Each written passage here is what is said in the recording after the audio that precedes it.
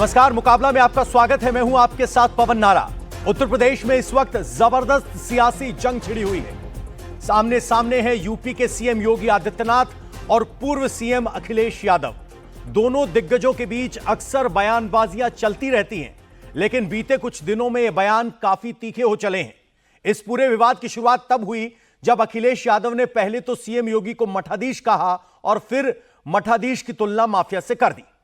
अखिलेश ने वार किया तो खुद योगी आदित्यनाथ ने पलटवार किया। योगी ने कह दिया कि समाजवादियों में औरंगजेब की आत्मा घुस गई है।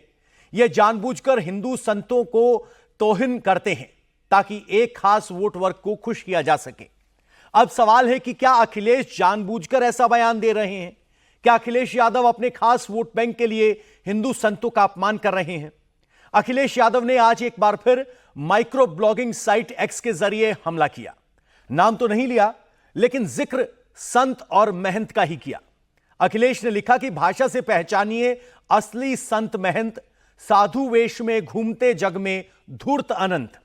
अखिलेश ने यह पोस्ट किया तो लेकिन धूर्त किसे कह रहे हैं यह नहीं बताया। कुल मिलाकर यूपी में भीषण जुबानी जंग छिड़ी हुई है। सबसे बड़ा सवाल यही है कि क्या अखिलेश ऐसे बयानों से हिंदुओं की भावनाओं को ठेस नहीं पहुंचा रहे हैं? और क्या मठाधीश, संत, महंत के चक्कर में अखिलेश यादव को बैकफायर हो सकता है? इस पर करेंगे चर्चा और बहस, लेकिन सबसे पहले आपको सुनवाते हैं सीएम योगी और अखिलेश यादव के बीच शब्द बाण के जरिए युद्ध कैसे चल रहा है। माफियाओं के सामने नाक रगड़ने वाला व्यक्ति, दंगाइयों के सामने घुटना टेकने वाला व्यक्ति आज भारत की संत परंपरा को माफिया कहता है। ये उनके संस्कार हैं और इसीलिए मैंने कहा ना, जैसे लगता है औरंगजेब की आत्मा इन लोगों के अंदर घुस गई है। बबुआ अपने घर के बाहर नहीं निकलता था, बबुआ 12 बजे सो के उठता था और प्रदेश की जनता पिसती थी। मैं कह सकता हूं बहनों और भाइयों कि जैसे कुत्ते की पूंछ सीधी नहीं हो सकती, वैसे ही ये समाजवादी पार्टी के दरिंदे जो बेटियों की सुरक्षा के साथ खिलवाड़ कर रहे हैं, ये कभी ठीक नहीं हो सकते। समाजवादियों ने और खासकर मैंने कभी किसी संत, किसी अपने महंत, किसी सन्यासी के बारे में कुछ नहीं कहा। अगर उनको लगता है कि वो शब्द ऐसा है जिसका भाव वो किस रूप में ले रहे हैं, तो हम तो ये कहेंगे कि हमारे उत्तर प्रदेश के मुख्यमंत्री नहीं है, वो मठाधीश मुख्यमंत्री हैं। और फिर मठाधीश मुख्यमंत्री से उम्मीद भी क्या करोगे आप? इसी तरह की भाषा की उम्मीद करोगे? और ये एक दिन से नहीं हुआ है। जब से बीजेपी हारी है तब से कुछ संतुलन गड़बड़ा गया है कि जो क्रोध करेगा वो योगी नहीं हो सकता, इसलिए मठाधीश मुख्यमंत्री हैं ये। अरे आप बताओ, नहीं आप देखिए, मेरी भी तस्वीर देख लो आप और उनकी भी तस्वीर देख लो, माफिया कौन लगे ये बता दो।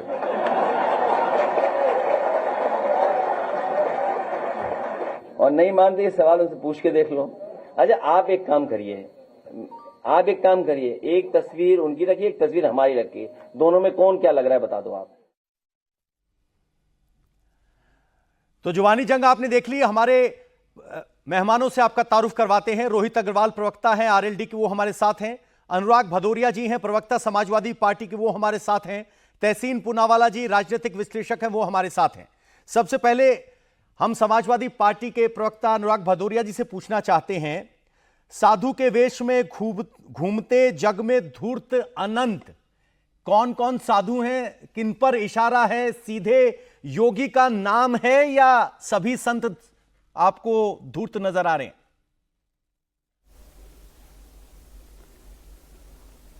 देखिए, मुझे लगता है कि उसकी लाइन को ठीक से पढ़ेंगे तो आपको समझ में आएगा। इसलिए हर बात को तोड़ना मड़ोड़ना ठीक नहीं है। सवाल यह है कि उत्तर प्रदेश के अंदर में भारतीय जनता पार्टी की सरकार चल रही है। सरकार की जिम्मेदारी होती है कि उत्तर प्रदेश के मूल मुद्दे जो हैं, जनता के जो मूल मुद्दे हैं, उसको एड्रेस किया जाए। लेकिन उन मूल मुद्दों पे बात ना हो के बात किस पे हो रही है? बात हो रही है आप उत्तर प्रदेश के पूर्व मुख्यमंत्री को टारगेट करके उनके बारे में कुछ भी बोले जा रहे हो। कुछ भी आप औरंगजेब से लेके पता नहीं बबुआ से लेके ये क्या भाषा की मर्यादा होती है? ये इसके लिए थोड़ी जनता ने आपको चुना है। जनता ने इसके लिए नहीं चुना था कि बटोगे तो कटोगे या यहाँ ठोक दिया जाएगा का कब्रिस्तान और फलाना ढिकना, ये तो इसके लिए नहीं चुना। आपको चुना था कि कैसे महिला सुरक्षा आप देंगे, कैसे यहाँ पे मेडिकल कॉलेजेस बनेंगे जिससे कि मेडिकल फैसिलिटी लोगों को मिले, कैसे इंफ्रास्ट्रक्चर अच्छा हो, कैसे यहाँ पे उत्तर प्रदेश के अंदर में लोग अपनी शांति से अपनी जिंदगी जी पाएं। लेकिन वो तो नहीं हो रहा है। ना रोजगार पे बात होती है, ना महंगाई पे बात होती है। बात किस पे हो रही है? व्यक्तिगत हमलों पे बात हो रही है। और व्यक्तिगत हमले कब किए जाते हैं? जब सरकार को इस बात का एहसास हो जाता है कि सरकार के पास में अब जनता को देने के लिए कुछ नहीं है, इसलिए मुद्दों से ध्यान भटका के आप ऐसी बातें करना शुरू कर दो जिससे कि जो हमारी चर्चा है दूसरी तरफ चली जाए और हम अपने मूल मुद्दों से बच जाएं। यही बीजेपी मूल मुद्दों पर आप सवाल करें, ये समझ में आता है। अगर आपको योगी से आपत्ति है तो अखिलेश जी भी सीधा हमला कर सकते हैं, उसमें फिर हिंदू संत समुदाय को निशाना क्यों बना रहे हैं आप? सवाल तो इस बात पे संत समाज तो इस बात से नाराज है ना कि अगर आपका निशाना योगी है तो बाकी कैजुअलिटी क्यों हो रही है? हिंदू धर्म पर हमला क्यों? नाम लीजिए योगी का सीधे। देखिए, सवाल यह है कि उत्तर प्रदेश के अंदर में एक चीज आप मान के सुन, मेरी बात सुनिए। उत्तर प्रदेश के अंदर में भाई हमने तो आपको बोला ना कि जब जिस बात पे आप चर्चा करना चाह रहे हो उसी की बात में कर रहा हूं। उत्तर प्रदेश में आपने देखा होगा कि उत्तर प्रदेश के मुख्यमंत्री, अब जब मुख्यमंत्री उत्तर प्रदेश के हो गए तो सवाल मुख्यमंत्री से होगा, संत से नहीं होगा। क्योंकि उत्तर प्रदेश के मुख्यमंत्री से बात होगी उत्तर प्रदेश की समस्याओं की। अगर उस समय अगर मुख्यमंत्री जी ये कहेंगे कि मैं संत हूं, तो फिर वो उस समय जब आप मुख्यमंत्री हैं तो आपको एज ए मुख्यमंत्री जवाब देना होगा। फिर आप उसको संत को लेके उस सवालों से बच नहीं सकते। तो सवाल संतों के ऊपर नहीं है, सवाल उत्तर प्रदेश के मुख्यमंत्री से पूछा जा रहा है कि आप बताइए कि भाषा शैली उत्तर प्रदेश की सरकार की क्यों गिरती जा रही है। जैसे चचा जान, अच्छा बताइए, चचा होना, भतीजा होना या बेटा होना, बुआ होना, मौसा होना, फूफा होना गुनाह है क्या इस देश के अंदर में? परिवार होना तो गुनाह नहीं होता है मुझे लगता है। तो संत होना गुनाह है क्या? चीजों को मंच से संत होना गुनाह है क्या? नहीं, संत होना भी गुनाह योगी नहीं, को आप गाली दीजिए, कोई गुनाह नहीं है। अगर आप चुनौती देना चाहते हैं चुनौती दीजिए। मैंने बोला क्या? लेकिन आप कह रहे हो बबुआ कहना अगर आपत्तिजनक है तो संतों को धूर्त कहना, मठाधीश कहना, वो भी तो हिंदू धर्म की, क्या आप किसी मौलवी को ब्लैंक स्टेटमेंट में अपराधी कह पाएंगे? देखिए, मैं आपको सीधी सी बात बता रहा हूं, हम अपनी बात कर रहे हैं ना, हम अपनी बात करेंगे ना। हमारे यहां क्या होता है, जब कोई भी, जैसे आपने देखा होगा रावण आया था, साधु के वेश में आया था, तो साधु को नहीं वहां बोला गया था, वो साधु के भेष में आया था, इसलिए उसको रावण को ने साधु का भेष रख के आया था। उसमें अगर रावण को हम कुछ कहेंगे तो इसका मतलब नहीं हम संत को कुछ कह रहे हैं। भाई हम किसी को इसलिए कहते हैं कि कोई किसी का कहीं रूप बदल के कहीं किसी का कोई नुकसान ना हो जाए। भाई आपने देखा कोई लोग टाई, कोट पैंट टाई लगा के आ जाते हैं कि हम फलाने ऑफिस से आए हैं, हम एग्जीक्यूटिव ऑफिसर हैं, और घर में घुस के कोट पैंट टाई वाले चोरी भी कर लेते हैं। हम सोचते हैं कोई सामान बेचने आए हैं, हम दरवाजा खोल देते हैं तो हमारे घर में चोरी भी हो जाती है। तो आपको ये वो कहने का भाव समझना पड़ेगा। उसको हर चीज को धर्म से नहीं जोड़ा जाता है। भाव क्या है उसका? भाव अगर उनका साधु संत को, समाजवादी पार्टी जितना सम्मान साधु संत का करती है, सबसे बड़ा मंदिर तो हम ही इटावा के अंदर में माननीय अखिलेश यादव जी बना रहे हैं। कौन बना रहा है जरा बताइए मुझे? व्यक्तिगत इतना बड़ा मंदिर कौन बना रहा है? मैं आपसे पूछना चाहता हूं, कौन बना रहा है इतना बड़ा मंदिर? तो वो मंदिरों को आपकी आस्था है, पूजा करना, बढ़िया है, बनाइए, प्रचारित कीजिए, कौन रोक रहा है आपको? उन्होंने परमिशन लिया, कैसे कैसे शालिग्राम पत्थर मंगाया? नहीं, हम आपको तो फिर क्यों चिल्ला अपनी आस्था पर फिर क्यों चिल्ला रहे हो भाई? नहीं, हमारा सवाल तो सिर्फ ये है, अगर वो हमला करना जवाब चाहते हैं, राजनीतिक हमला करना चाहते हैं, तो फिर सीधे हमला करें। मठाधीश एक ही है क्या? तो अगर वो मठाधीश मुख्यमंत्री कहते हैं तो एक ही मठाधीश है देश में। अच्छा, मठाधीश तो हाँ, आप मेरी बात सुन लीजिए। तो इसके मतलब आप शायद हिंदुस्तान की संस्कृति से नहीं है। कई बार ऐसा होता है, हम लोग, जैसे आप पत्रकार हैं तो हम तो बोल देते हैं पत्रकारों के मठाधीश हैं, कई बार हम बोलते थे ये जो शिक्षा माफिया है उसके इस मठाधीश को उससे मत जोड़िए। ये एक हमारी जो हमारी गांव में एक भाषा शैली होती है। आप तो गांव में अगर रहे होंगे तो आप जानते होंगे, आप भाव समझिए उसको। भाव मठाधीश का मतलब अगुवा तो समझ में आया था सर, माफिया कब हो गया बोलेंगे उसका डबल मीनिंग निकालेंगे। नहीं, मठाधीश का मतलब अगुवा तो हमें समझ में आता है, अगुवा हो सकते हो आप किसी के, मठाधीश हो सकते हो, लेकिन माफिया और मठाधीश कब से समानांतर होने लगे, कौन सी भाषा में होने लगे? अब देखिए, आप जिस मठाधीश की बात कर रहे हैं, फिर आप बात का विषय का विषयांतर कर रहे हैं। मैं फिर क्या कह रहा हूं आप नहीं समझ पा रहे। मैंने कहा कि जो लोग गांव में किस लोगों को बोलते हैं, अरे यार ये गांव के बहुत बड़े मठाधीश हैं, मतलब इनका जो लठ चलता है यहाँ पे, ये उस भाव से जोड़ा जा रहा है। आप उसको जोड़ रहे हो संतों के सम्मान से। हम संतों का सम्मान करने वाले लोग हैं, ऐसे नहीं है जो उसको तोड़ मड़ोड़ के कुछ नहीं मिला तो इसी को तोड़े मड़ोड़। ऐसे तो हम कोई शब्द जो दिन भर हम लोग बोलते हैं बोलचाल की भाषा में, शब्द नहीं बोल पाएंगे फिर हर वक्त हर शब्द की मीनिंग निकालेंगे। बिल्कुल बिल्कुल भाई, आपको भाव समझना पड़ेगा। अब बीजेपी के प्रवक्ता शिवम त्यागी आ गए हैं। शिवम जी, लेकिन भाव ना समझ के आप उसका बतंगड़ बनाएंगे तो दिक्कत है। शिवम जी, समाजवादी पार्टी कह रही है कि आप भाव नहीं समझ रहे हैं, आप संतों का जब नाम लिया जा रहा है तो आप मूल मुद्दों से भटक रहे हैं और आप संतों की, हिंदुओं की, हिंदू कम्युनिटी की बात करके बात को टाल देते हैं। नहीं, इसमें टाल देना कैसे हो सकता है? आप मुझे एक चीज बताइए। इन्होंने कहा कि मठाधीश और माफिया में कोई ज्यादा फर्क नहीं होता। मतलब इस देश में जितने भी मठाधीश हैं वो सारे माफिया हैं क्या? इस देश में जो हमारे 4 सिद्धपीठ हैं, बद्रीनाथ आश्रम हुआ, द्वारका में द्वारका पीठ हुआ, दक्षिण में रामेश्वर हुआ, जगन्नाथपुरी का हमारा जो है मठाधीश हुए स्वामी श्री भारती कृष्ण तीर्थ जी, वो क्या मतलब माफिया है क्या? जगत गुरु भारती तीर्थ माफिया है क्या? स्वामी सदानंद सरस्वती माफिया है क्या? या फिर अभिमुक्तेश्वरानंद जी माफिया है क्या? इनके हिसाब से तो माफिया ही है, क्योंकि ये तो कह रहे हैं कि देश में जो मठाधीश हैं और वो माफिया हैं उसमें कोई ज्यादा फर्क ही नहीं है। मतलब ये तो आप एक चीज देखिए कि मुख्तार अंसारी और सदानंद सरस्वती दोनों को एक ही लाइन में रख दिए। बताओ, अब इनको माफिया का मतलब समझ में नहीं आता तो क्या बताएं? होता भी है इनको। खैर, इनको माफिया इतने प्यारे थे एक जमाने में और अभी भी इतने प्यारे हैं कि वो उनसे बाहर निकल ही नहीं पाते हैं। लेकिन इस देश में मुझे लगता है हमारी एक संस्कृति है और संस्कृति के आधार पर मठाधीश तो सिर्फ हिंदुओं के नहीं होते, बौद्ध में भी मठाधीश होते हैं, मठ होते हैं। आप मतलब इस देश में हिंदुओं को गाली दे रहे हो, हिंदू धर्म को गाली दे रहे हो, मठाधीशों को गाली दे रहे हो, बौद्ध धर्म को गाली दे रहे हो, उनके मठाधीशों को गाली दे रहे हो। कमाल बात हो गई। इस तरह की स्थितियां नहीं बननी चाहिए और इस तरह की भाषा का इस्तेमाल भी नहीं होना चाहिए। माना चुनाव है, माना अखिलेश जी काफी नाराज हैं, माना उनको हारना है, लेकिन इस तरह की भाषा आप कहीं ना कहीं एक तो लाइन ड्रॉ करेंगे ही। और वो मुख्यमंत्री ही नहीं है, संत भी है। तो आप जब इस तरह की बातें करते हैं, मैं मानता हूं पूरा देश देख रहा है और समझ भी रहा है। और ये कोई इनका पुराना है भी नहीं, बहुत नई बात नहीं है इनके साथ। ये हमेशा संतों का अपमान, हिंदू धर्म का अपमान, सनातन का अपमान करते ही रहते हैं। ये तो अक्सर इनकी मतलब उसमें है। शिवम, एक सवाल ये भी है कि योगी आदित्यनाथ कहते हैं कि औरंगजेब की आत्मा आ गई, प्रेतात्मा आ सकती है, कोई और आत्मा आ सकती है, औरंगजेब की ही आत्मा क्यों आती है समाजवादी पार्टी में? ये भी तो इस पर भी तो आपत्ति हो सकती है। इनके जो फरमान है, वो पहली बात तो ये कि औरंगजेब किसी का पूजनीय नहीं है, तो मुझे लगता है औरंगजेब से इनको भी दर्द नहीं होना चाहिए। इनका भी रिश्तेदार नहीं है औरंगजेब, तो हिंदुस्तान के किसी मुसलमान का भी रिश्तेदार नहीं। तो अगर औरंगजेब कह दिया तो औरंगजेब कोई ऐसी महान आत्मा है नहीं। प्रेतात्मा बेशक हो सकती है कि भाई प्रेतात्मा आ गई हो इनमें, तो उसमें कोई बुराई नहीं। और दूसरी बात अगर हम करें तो इनका निर्णय इस तरह का रहा है, जिस तरीके से एक धर्म को टारगेट करना, मुख्तार चाहे एक पर्टिकुलर धर्म से आता हो उसके बारे में बात करना, अतीक चाहे एक पर्टिकुलर धर्म से बारे में आता हो उसको बात करना, चाहे जो है अपीसमेंट करना, चाहे तमाम तरह की ऐसी चीजें हो सकती हैं उत्तर प्रदेश में। चाहे विशेष तौर पर जब सरकार में हुआ करते थे तो कावड़ नहीं चलेगी, उसमें डीजे नहीं बजेगा, वहां पर तमाम तरह की परेशानियां होंगी। इनके जो शुरुआत के हमेशा के ऐसे फैसले रहे, लगता है कि इनके अंतर्गत औरंगजेब की आत्मा जो है लगातार आ जाती है। परंतु फिर भी हम ये कहना चाहते हैं कि औरंगजेब और मठाधीशों की भी कोई बराबरी नहीं हो सकती। इस तरह की भाषा का इस्तेमाल नहीं होना चाहिए। तहसीन पूनावाला जी, आपको और समाजवादी पार्टी को मिलाकर योगी आदित्यनाथ कह रहे हैं कि इनमें भस्मासुर वाली प्रवृत्ति आ गई है, जिन हिंदुओं ने इन्हें जिताया है ये उन्हीं के खिलाफ बोलते हैं।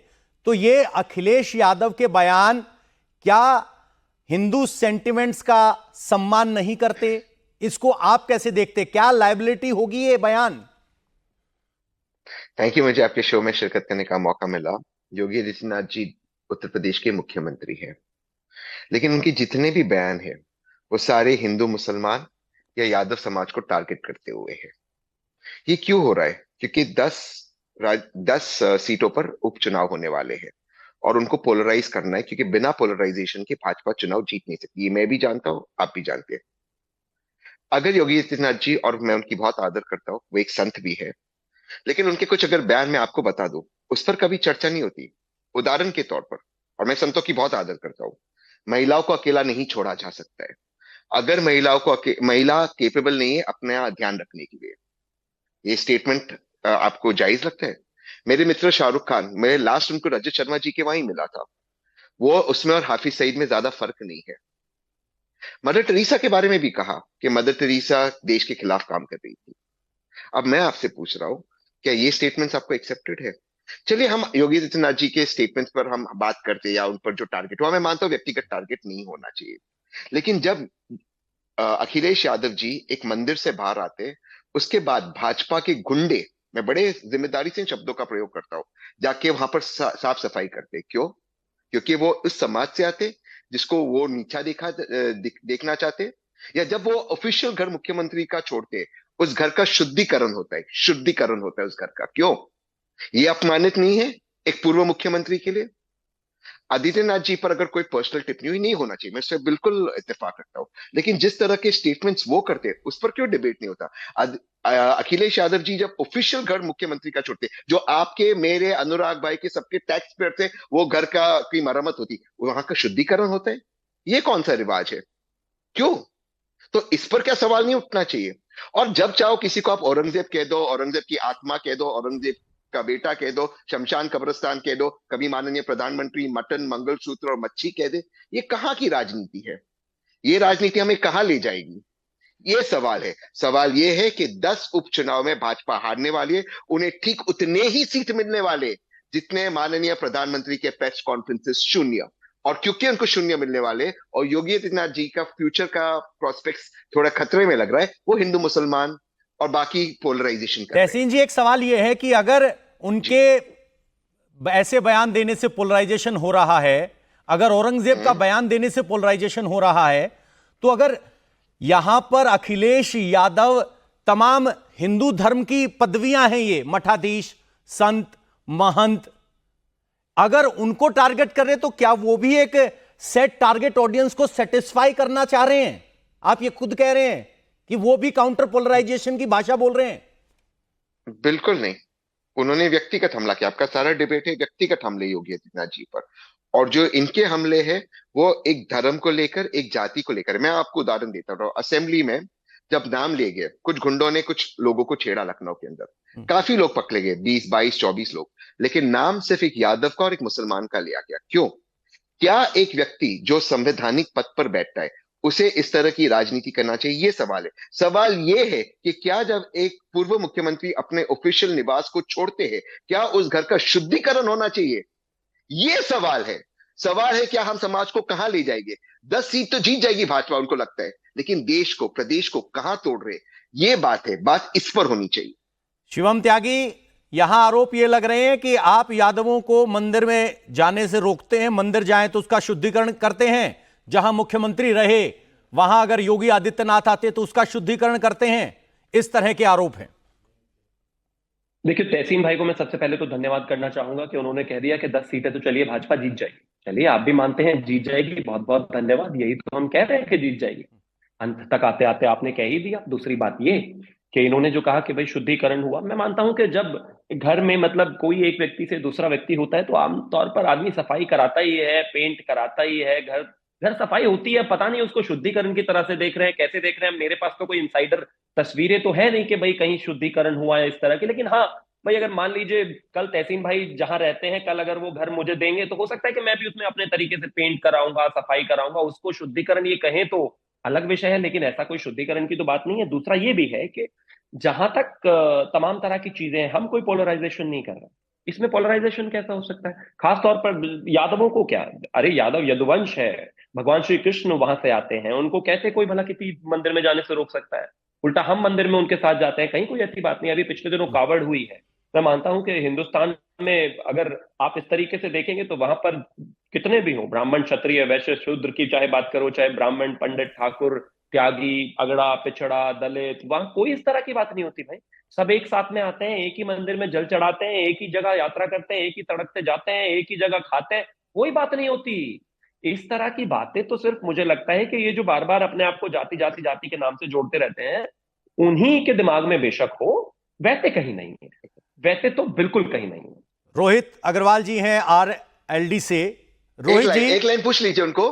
हाँ जी, हनुमान जी की जाति किसने बताई थी? भगवान श्री हनुमान की जाति किसने बताई थी? योगी आदित्यनाथ जी ने। हम जाति में यकीन नहीं करते, लेकिन हम भगवान की भी जाति पब्लिक फंक्शन में करेंगे। फैक्ट चेक कीजिए, सही है या गलत है, पूछ लीजिए आप रोहित से शिवम सवाल, बताइए कोई फिर। बात रोहित नहीं, अग्रवाल जी की बात ये तो वो लोग हैं जो दिन रात श्री कृष्ण की जाति बताते फिरते हैं। ये तो दिन रात वो लोग हैं, हर किसी की जाति बताते फिरते हैं। इनको डर किस बात का है फिर? मुझे ये समझ में नहीं आता। जो लोग अपनी राजनीति जाति की करते हैं, उनको दूसरों से क्या परेशानी है भाई? भाई आपकी पार्टी जाति के आधार पर, आपकी पार्टी का आधार जाति, आपकी राजनीति का आधार जाति, अब तक जहां पर भी आप पहुंचे उसका आधार जाति, और हम अगर जाति की बात करते हैं तो इन पर सवाल जवाब हो जाते हैं। भाई कमाल बात होगी, मतलब आप ही करेंगे, आप ही का कॉपीराइट है ये। लेकिन हम फिर भी जाति की बात नहीं करते, हम तो फिर भी ये कहते हैं कि जाति धर्म की बात करने की आवश्यकता ही नहीं है, डेवलपमेंट की बात करते हैं। आइए ना, उत्तर प्रदेश को आगे बढ़ाने की बात करते हैं, माफिया की बात करते हैं, बड़ी गुंडों को अच्छी खत्म बात है, करने की बात करते इस हैं। पर आएंगे तरह की आपके बातें पास। करते हैं ना। रोहित अग्रवाल जी, जब आप समाजवादी पार्टी और बीजेपी के योगी आदित्यनाथ के बीच का ये शब्दबाण वाला युद्ध देख रहे हैं, ऐसे में आप क्या सोचते हैं? आप तो पहले पीडीए का हिस्सा थे, चुनाव से पहले बीजेपी में आए। क्या पीडीए के दल हिंदू धर्म को निशाना बनाते हैं इस तरह के शब्दों से? देखिए, एक तो चीज ये है कि पीडीए की टर्मिनोलॉजी समाजवादी पार्टी ने दी है, हम कभी पीडीए का हिस्सा नहीं थे। तो एक बात बिल्कुल क्लियर समझ लीजिए कि समाजवादी पार्टी को खुद ही नहीं पता पीडीए का मतलब क्या है। भाई इनका तो पी फॉर पांडे जी हो जाता है, माता प्रसाद पांडे को ये नेता प्रतिपक्ष बनाते हैं, पर कोई पिछड़ा नहीं मिलता इनको नेता प्रतिपक्ष बनाने के लिए। तो इसलिए ये पीडीए की टर्मिनोलॉजी को मुझे लगता है कि अपने स्वार्थ के हिसाब से इस्तेमाल करने का काम जो समाजवादी पार्टी कर रही है, उस पर आप कम से कम हमको जातिवाद का कम से कम चश्मा हमको मत पहनाइए। हम तो चौधरी चरण सिंह जी की विचारधारा से आते हैं, जिन्होंने कहीं ना कहीं जाति तोड़ो आंदोलन चलाया था और उन्होंने अंतरजातीय विवाहों को प्रोत्साहन देने का काम किया था। तो इसलिए हम जातियों के आधार पर राजनीति नहीं करते हैं। परंतु हाँ, हमारे देश में आज आत्ममुग्ध विपक्ष जरूर है। और ये जो आप युद्ध की बात कर रहे हैं, तो युद्ध लड़ने लायक विपक्ष बचा नहीं है। जनता ने पिछले 10 साल से इनको विपक्ष में रखा है, अगले 5 साल तक ये विपक्ष में ही रहेंगे। पर ये आत्ममुग्ध हैं, इनको लगता है शायद इनकी सरकार चल रही है। और ये क्या धर्म की बात करते हैं? इनको तो भगवान राम की नगरी में जीतने के बाद ये समय नहीं मिला कि जाके वहां माथा टेकाएं, भगवान राम का धन्यवाद दे आए कि जहां पे ये जीत गए। ये क्लेम करते हैं, अखिलेश जी अवधेश जी का हाथ पकड़ के घूमते हैं कि साहब ये अयोध्या के नए नरेश हैं। वो बात अलग है कि जब से वो नरेश जीते हैं तब से वहां पे किस तरीके से बलात्कार के जो घटनाएं हैं वो बढ़ गई हैं। वो पूरा देश देख रहा है कि अयोध्या जैसी धर्म नगरी में बलात्कार होना शुरू हो गए हैं। जो मोहित खान इनके जिला अध्यक्ष रहे समाजवादी पार्टी के, उन्होंने किस तरीके से एक बेटी के साथ दुराचार किया है, वो एक अलग मैटर है। परंतु कम से कम भगवान राम को धन्यवाद तो देने चले जाते हैं अखिलेश यादव जी, और ये राहुल गांधी जी चले जाते, कम से कम नहीं जा रहे थे अखिलेश यादव जी। तो ये धर्म की बात तो करें ना, और युद्ध की तो बात बिल्कुल ना करें, क्योंकि युद्ध धर्म की बात ना करें। लेकिन एक बात तो तय होती दिखाई दे रही है कि धर्म पर हमला, जाति की बात आखिर मैं क्यों कह रहा हूं, यह भी इसी बयानों के युद्ध से सामने आया। अखिलेश यादव ने धूर्त अनंत कहकर ट्वीट किया तो बहस शुरू हो गई कि आखिर कौन से वो संत हैं जिनको अखिलेश धूर्त कह रहे हैं, और कैसे सभी संतों को धूर्तों की श्रेणी में अखिलेश खड़ा कर सकते हैं। इस पर बहस शुरू हुई थी, लेकिन बात आगे बढ़ चुकी है। अनुराग भदौरिया जी इस वक्त हमारे साथ हैं। सर, आप कह रहे हो कि हम सभी संतों का सम्मान करते हैं, सभी संतों की इज्जत करते, कभी संतों के लिए नहीं कहा, तो फिर जाति पर यह बात कैसे चली जाती है? आप कहते हो ठाकुर फोर्स। अगर आपको किसी अधिकारी से दिक्कत है, किसी की कार्यशैली से दिक्कत है, तो उस अधिकारी का नाम लीजिए। सारे ठाकुरों को कैसे आप एक तराजू में ले आते हैं?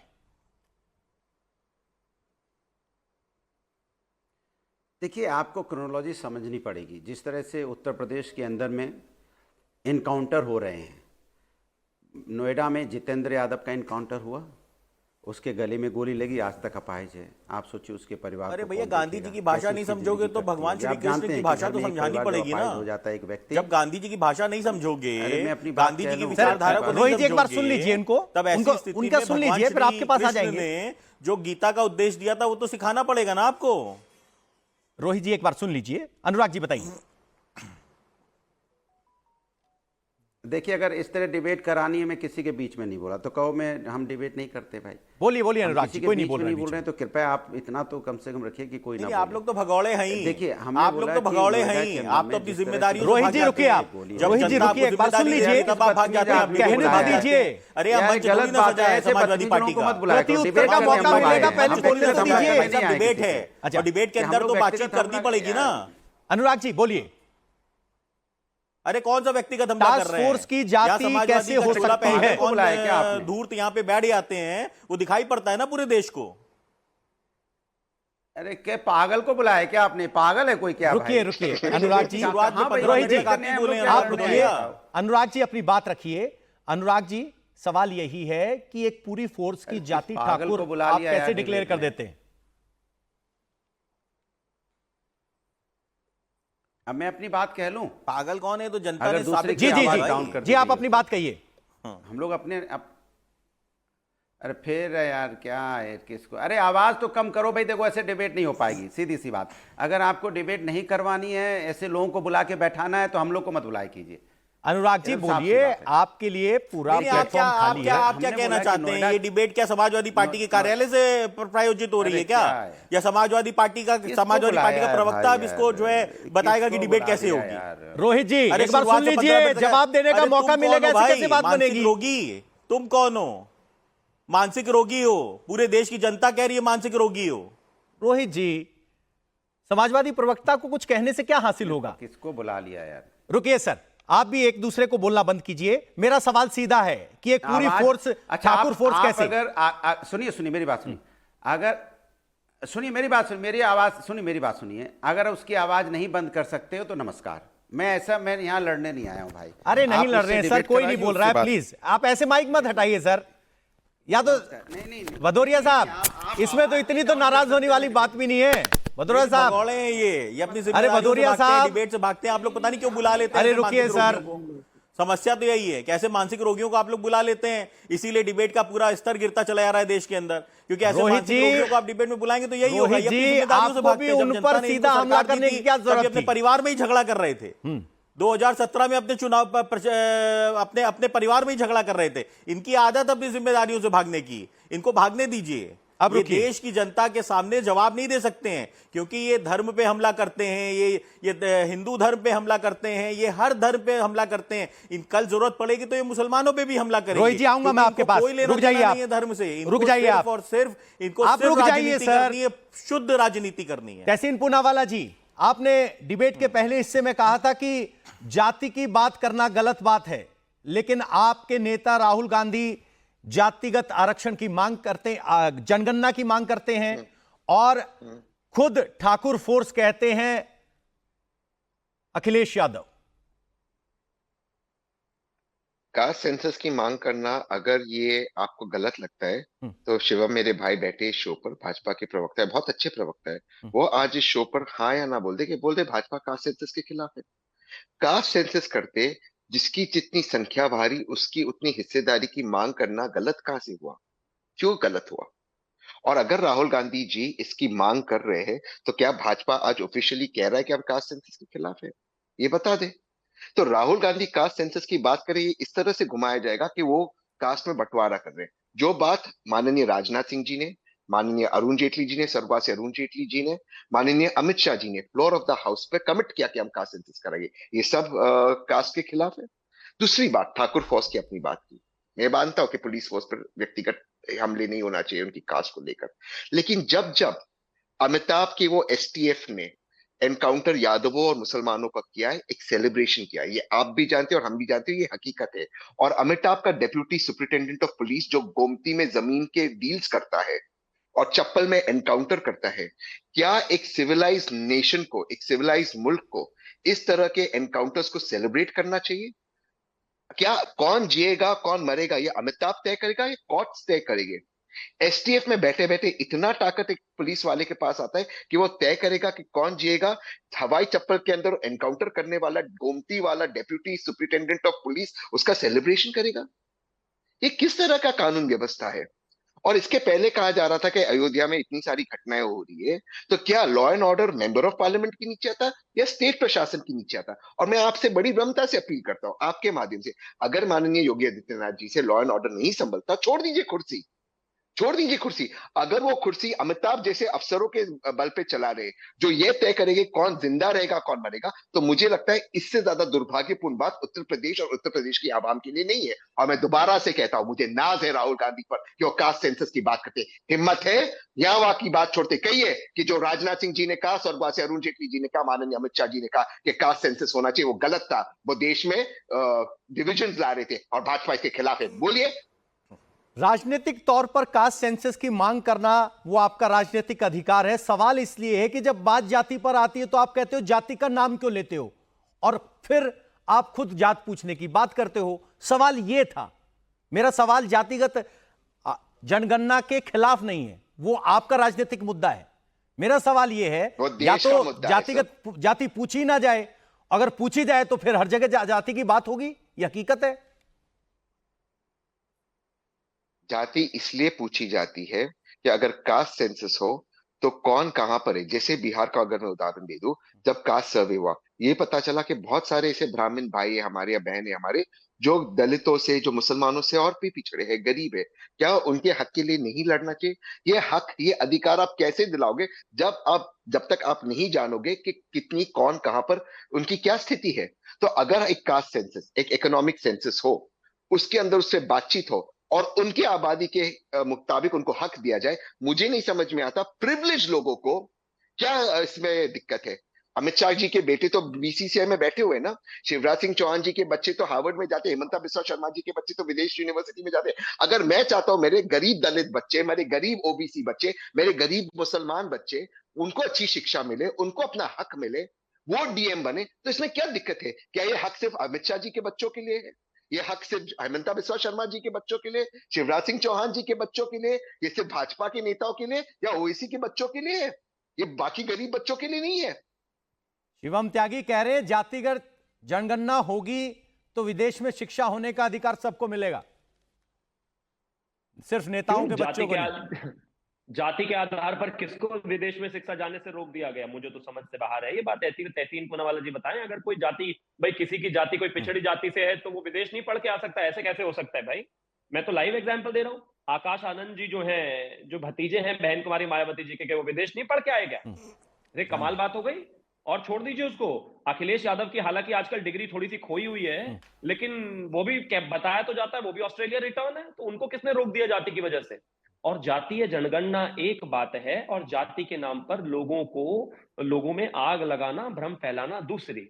आपके मालिक की जाति क्या है, पत्रकार की जाति क्या है, रिपोर्टर की जाति क्या है, पुलिस वाले की जाति क्या है, एसटीएफ की जाति क्या है, डीजीपी की जाति क्या है और संत की जाति क्या है, ये गलत है। जब आप 10 पत्रकारों में खड़े होकर एक पत्रकार से बोलो, हाँ भाई जाति क्या है तुम्हारी, तुम्हारा मालिक कौन है, उसकी जाति क्या है, जब इस तरह की बातें होती हैं तो ये अपने आप में पोगड़ता है भाई। और रही बात जहां तक है जितनी भी इसमें एसटीएफ में, भाई एक चीज बताइए, कुलदीप नारायण कौन है? एसटीएफ है, जाति यादव है। सुशील घुले चंद्रबान कौन है? ओबीसी है। अनुराग भदौरिया जी आगे, कमेंट उनसे जरूर बनता है। सर कौन है? उनकी जाति कौन है? मैं मानता हूं अब्दुल स्पेशल टास्क फोर्स, आप प्रोसेस में भी जाति बता रहे हो। ठाकुर कैसे हो सकती है? अनुराग जी, टास्क फोर्स है। मैं आपको बता रहा था, क्रोनोलॉजी समझा रहा था कि सुन तो लीजिए। मैंने कहा कि नोएडा में जिस तरह से गोली लगी, उस आज तक इंस्ट्रक्टर, आज तक जितेंद्र यादव अपाहिज है। इसी तरह से झांसी में एक पुष्पेंद्र यादव का इनकाउंटर हुआ, बाद में उसकी पत्नी ने आत्महत्या कर ली। फिर जो मंगेश यादव का इनकाउंटर हुआ, आप मानते हैं कि इनकाउंटर तो कि दुर्दांत अपराधियों का होता है, जिसकी वजह से पूरी दुनिया कांपती है, कई जिलों के लोग कांपना शुरू करते हैं, बहुत दुर्दांत अपराधी है, पकड़ में नहीं आ रहा है, चारों तरफ से गोली चला रहा है, AK-47 लिए घूम रहा है, तो उसका इनकाउंटर होना स्वाभाविक है। लेकिन मंगेश यादव को आप, उसकी मां कह रही है कि 3 दिन पहले उठा के ले गए, 20 साल का लड़का, और आपने इनकाउंटर कर दिया, उसका जो मुख्य आरोपी है वो सरेंडर करता है, तो सवाल तो उठेगा क्यों नहीं सवाल उठेगा? मुख्य आरोपी सरेंडर हो जाएगा और उसको मां कहती 3 दिन पहले उठा ले गए, उसका इनकाउंटर हो जाएगा। तो जब सवाल उठाया जाएगा, चूंकि विपक्ष की जिम्मेदारी क्या है कि सत्ता पक्ष कुछ गलत कर रहा है तो उस पर सवाल उठाना, यही सत्ता पक्ष है ना। जिस मंदिर में गए थे अखिलेश यादव जी तो वहां के लोगों ने धोया था, यही सत्ता पक्ष है ना। तो मुख्यमंत्री आवास खाली किया था तो उसको गंगा जल से उसका शुद्धिकरण किया गया था, यही सत्ता पक्ष है ना। कि कई लोग तो मंच पे खड़े होकर चुनाव के वक्त अपनी जाति बता रहे थे ना बीजेपी के लोग। आज जब उनको लगता है कि नहीं कमजोर पड़ रहे हैं, ये जाति धर्म की राजनीति अगर कोई करता है इस देश के अंदर में तो भारतीय जनता पार्टी करती है। जाति और धर्म की राजनीति भाजपा कर रही है, ऐसा आरोप लगा रहे हैं। आप सब हमारे साथ इस डिबेट में शामिल हुए, आपका बहुत बहुत शुक्रिया। शिवम त्यागी, रोहित अग्रवाल, अनुराग भदौरिया, तहसीन पूनावाला। मुकाबला में इस बहस में इतना ही।